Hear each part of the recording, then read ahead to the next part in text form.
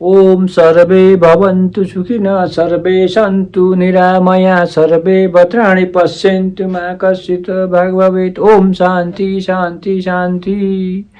ओम दौ शान्ति अंतरिक्ष शान्ति पृथ्वी शान्ति राप शान्ति शेषदय शान्ति वनस्पतय शान्ति विश्वो देवा शान्ति ब्रह्म शान्ति सर्व शान्ति शान्तिरेव शान्ति साम शान्तिरेधि। ओम शान्ति शान्ति शान्ति।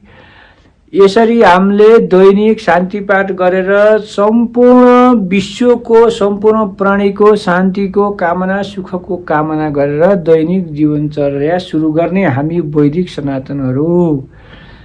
अन्य अन्य धर्ममा पनि यही किसिमको अरूलाई सेवा करुणा वर्षाउने किसिमकै त्यहाँ भजन अथवा त्यहाँ प्रार्थना छन्।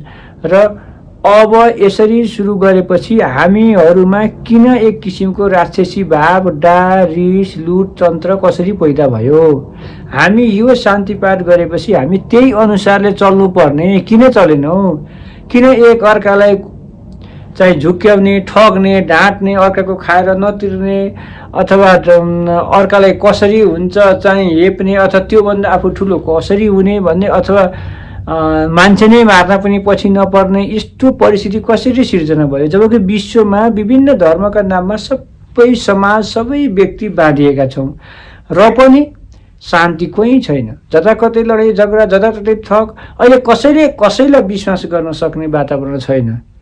फेरि हामी सबैले आफूलाई धार्मिक भन्छौँ तर कसैले कसैलाई विश्वास गर्न योग्य पनि छैनौँ। यो कसरी भयो?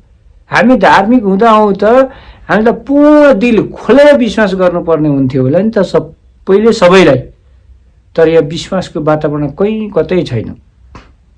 अब हामी फेरि आखिरी के हौँ त? हामी पञ्चतत्त्वबाट